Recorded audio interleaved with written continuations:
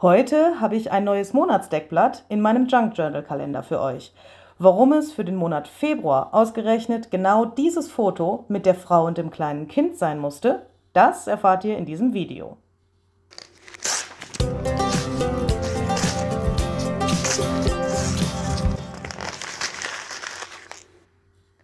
Hallo ihr Lieben, ich bin's mal wieder, Luise Heinzel. Herzlich willkommen zurück hier auf meinem Kanal Junk Journal Art.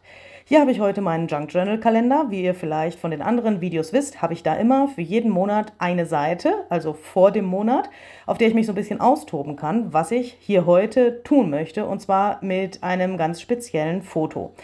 Ich habe hier erstmal mit Wasserfarbe angefangen, also das ist ganz normale Aquarellfarbe, und habe mir hier so ein bisschen was ausgesucht in so grünen Gelbtönen, was zu diesem kleinen Bild hier passt. Und dann habe ich diese Fotokopie gemacht von einem Foto. Dieses Foto zeigt meine Oma und mich selbst. Also dreimal dürft ihr raten, wer ist. Dieses Foto habe ich von dem Original abfotografiert, also beziehungsweise kopiert mit meinem Drucker in Schwarz-Weiß ausgedruckt. Ich werde da später noch einige Veränderungen vornehmen, wie ihr sehen werdet. Aber ich habe zuerst geglaubt, ich möchte nicht das Original hier reintun und habe mir deshalb eine Kopie gemacht. Dann habe ich mir diese Karte genommen mit Blumen drauf, weil, ja, wie soll ich sagen, meine Oma sehr, sehr blumenfanatisch war. Sie hatte immer einen Garten voll gepflanzt mit den wildesten Blumen und es hat immer wunderschön ausgesehen. Und ich weiß, dass ich als Kind eigentlich nichts lieber getan habe, als ihr zu helfen, irgendwelche Pflanzen umzusetzen, zu gießen und so weiter und eben ein bisschen bei der Pflege zu helfen. Deswegen mussten unbedingt auf diese Seite auch Blumen drauf. Und für den Hintergrund habe ich diese Wasserfarbe ausgewählt, weil meine Oma auch sehr künstlerisch begabt war. Ja, das muss man so sagen, also das ist jetzt keine Untertreibung. Sie hat zwar sehr viel mit Ölfarbe gemalt und hat auch sehr viele berühmte Künstler sozusagen kopiert. Also keine Angst, nicht im kriminellen Bereich, aber sehr professionell imitiert.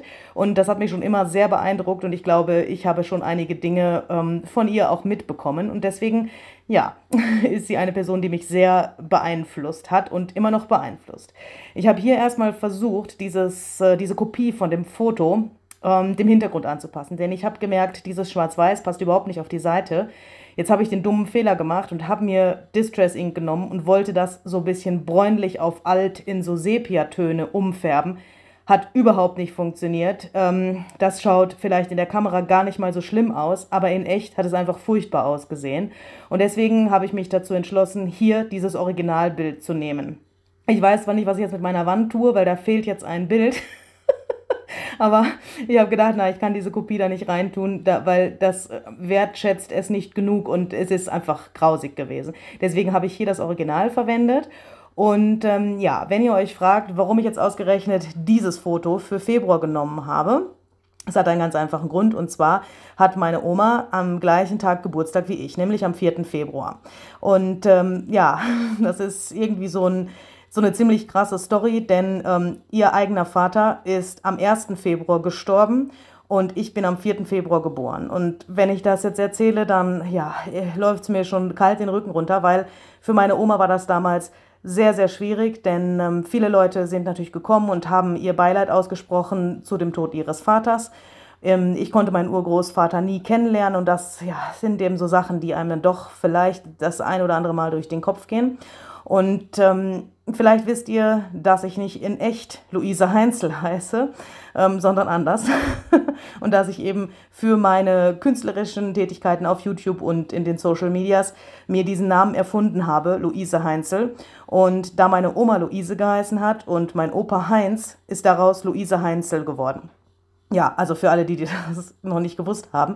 Und eben aufgrund der Tatsache, dass wir beide am gleichen Tag Geburtstag haben, habe ich mir gedacht, okay, ich möchte gerne dieses Foto auf diesem Monatsdeckblatt haben. Entschuldigt bitte, dass man in diesem Videobild nicht so ganz viel erkennen kann und dass die Seite so schräg ist. Ich hoffe, dass ihr einigermaßen nachvollziehen könnt, wie ich diese Collage hier gemacht habe. Bloß ist mein Kalender inzwischen so dick geworden durch Aufkleben von Fotos und irgendwelchen Notizzetteln und so weiter, dass ich den fast nicht mehr so aufschlagen kann, dass man im Kamerabild einigermaßen etwas erkennen kann. Die Seiten stehen inzwischen so hoch, Also wenn ihr das Kalendervideo kennt, wo ich diesen Kalender erstellt habe, da erzähle ich irgendwas über 12 Signaturen und für jeden Monat eine Signatur. Das würde ich definitiv beim nächsten Mal nicht wieder so machen oder mehr Platz lassen zwischen den Signaturen. Aber ich hoffe, ihr könnt trotzdem hier einigermaßen etwas erkennen. Dieses Blumenbild habe ich als Rahmen verwendet, denn ich wollte ganz gerne, dass das Foto von meiner Oma und mir direkt in der Mitte der Seite ist. Und trotzdem wollte ich diese Karte haben, da auf dieser Seite. Die habe ich in einer Happy Mail bekommen und die ist schon sehr, sehr alt und auf jeden Fall ein Original, das aus Amerika gekommen ist. Und ich wollte einfach diese Seite zu etwas ganz Besonderem machen. Und deswegen wollte ich das Original da drauf haben. Und jetzt habe ich das eben so zerrissen, dass dieser Blumenrand entsteht. Darunter habe ich ein bisschen handgeschöpftes Papier geklebt, also das hellere, was ihr jetzt seht, und auch dieser Schnipsel, den ich jetzt aufklebe, das ist auch aus dieser Happy Mail. Und dieses Papier ist von einem Kind gemacht worden. Und da habe ich irgendwie so den Zusammenhang gesehen zwischen der Person, die mir das andere geschickt hat, und eben ja, diesem handgeschöpften Papier von dem Kind. Da wollte ich auch nochmal für mich selber so ein bisschen diesen Zusammenhang einfach haben. Das sieht man natürlich nicht, wenn man die Seite einfach nur so anschaut, das ist klar. Aber ja, jetzt wisst ihr das, weil ich euch das jetzt hier so erklärt habe. Ich habe das Foto vorsichtshalber mal hier mit Prittstift aufgeklebt, weil ich weiß, dass da nichts passiert. Es gibt ja manchmal die Problematik, wenn man das mit so etwas schärferen, gerade so flüssigen Klebern aufklebt, so originale Fotos, dass die mit der Zeit so Flecken kriegen. Also da geht der Kleber irgendwie von hinten durch das Fotopapier durch. Das nur mal so als Tipp am Rande, falls ihr solche Originalfotos aufkleben wollt. Wenn ich sie gehabt hätte, hätte ich so kleine Fotoklebepunkte genommen oder doppelseitiges Klebeband. Damit wäre man dann komplett auf der sicheren Seite. Da meine Oma Rosen sehr geliebt hat, habe ich dieses Washi-Tape benutzt. Ich weiß nicht, ob ihr da jetzt irgendwas erkennen könnt auf diesem Kamerabild. Das hat nämlich auch so Rosen drauf. Das habe ich in der Mitte zerrissen, dass dieser Rand von dem Washi-Tape nicht zu massiv ist, also dass das eben so eine gerissene Kante ergibt, weil die Karte mit den Blumen drauf ja außen auch schon diesen straighten Rand hat. Und deswegen wollte ich das da jetzt nicht nochmal so wiederholen, dass es nicht alles so geradlinig aussieht. Ja, wenn ihr solche alten Sachen mit Prittstift aufklebt, müsst ihr ein bisschen Geduld haben. Ihr seht schon, ich drücke da manchmal so ein bisschen drauf, weil das doch das ein oder andere Mal wieder hochgekommen ist.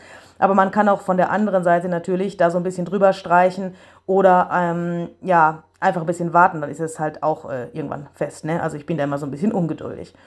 Jetzt habe ich hier noch dieses Washi-Tape mit den Zahlen drauf.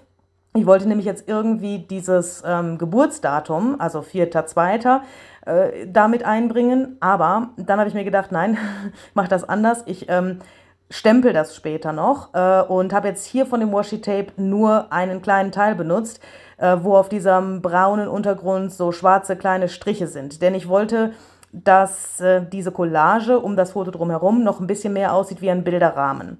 Und deswegen habe ich jetzt versucht, mit diesen schmalen Streifen, die ja doch verhältnismäßig dunkel sind, im Vergleich zu den anderen Sachen, diesen Rahmeneffekt hinzukriegen, indem ich das einfach so lückenhaft dann aufgeklebt habe. Das finde ich auch immer einen ganz coolen Trick, wenn man so einen Rahmen erschaffen will, dass man das nicht komplett um das Ding drumherum klebt, sondern eben nur so andeutet. Ihr seht schon, jetzt ist links und rechts dieser Strich, das wirkt jetzt schon eingerahmter. Und jetzt werde ich unten auch noch eins hinkleben. Und da habe ich erstmal eine ungerade Anzahl an diesen gleichen Washi-Tape-Streifen und es schaut nochmal ein bisschen mehr nach Rahmen aus. Dieses Washi-Tape habe ich zusätzlich auch noch mit Prittstift festgeklebt, wie ihr hier seht. Denn wenn man so schmale Streifen Washi-Tape aufklebt, gerade wenn man da so alte Dokumente wie dieses Blumenkartenbild da hat, das klebt da drauf nicht. Also da kann man machen, was man will. Ich weiß nicht, wie es euch da geht. Bei mir fliegt das Washi-Tape nach einiger Zeit da ab. Deswegen gehe ich immer den etwas umständlicheren, aber sicheren Weg und fixiere das zusätzlich noch mit einem Kleber. Hier versuche ich jetzt gerade den Kalender irgendwie so aufzustellen, dass ihr besser sehen könnt. Aber das Foto, das glänzt natürlich wie die Hölle. Also ja, ich hoffe, ihr könnt irgendwas erkennen. Als letztes habe ich dann hier, oder beziehungsweise als vorletztes, habe ich hier diese Spitze von meiner Oma genommen. Die hatte ich jetzt zufälligerweise hier in meiner Küche vom Wohnwagen mitgenommen. Und die habe ich leider nicht bekommen, als sie noch gelebt hat.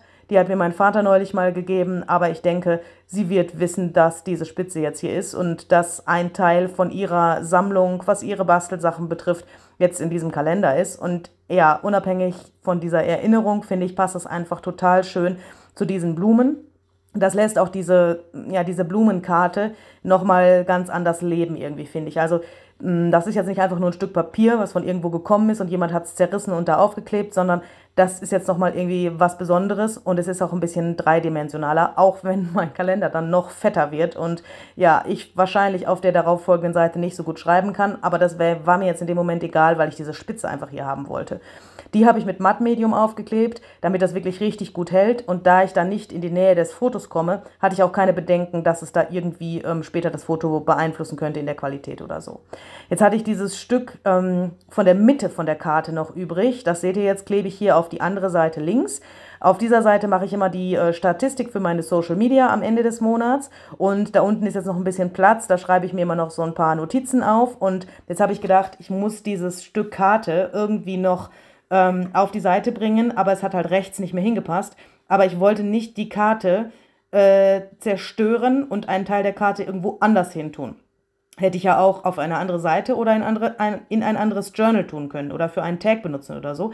Das wollte ich aber nicht, weil ich wollte, dass das da komplett ist. Es war so ein bisschen so eine emotionale Empfindung, dass diese Karte einfach später komplett dort sein muss auf dieser Doppelseite. Also ja, vielleicht könnt ihr das nachvollziehen. Jetzt habe ich hier Hello February hingeschrieben und das habe ich einfach auf auch so ein Stückchen handgeschöpftes Papier gestempelt mit meinen Lieblingsbuchstabenstempeln. Und ihr seht jetzt hier noch das 0402, was eben ja unseren gemeinsamen Geburtstag symbolisieren soll. Und für mich ist diese Seite, auch wenn sie wirklich ja eigentlich sehr simpel gemacht ist, etwas ganz Besonderes. Denn gerade dieser 4. Februar war mein Leben lang, also als meine Oma gelebt hat, immer etwas ganz Besonderes und es hat immer irgendwelche Katastrophen, lustige Sachen gegeben. Ich musste oft zurückstecken, wenn ihre Freundinnen zu Besuch gekommen sind und sie Geburtstag gefeiert haben. Und das sind Erinnerungen, die jetzt auf dieser Seite für mich festgehalten sind. Ich hoffe, es hat euch gefallen. Vielleicht konntet ihr ein bisschen Inspiration gewinnen. Sehen wir uns beim nächsten Mal. Das würde mich sehr freuen.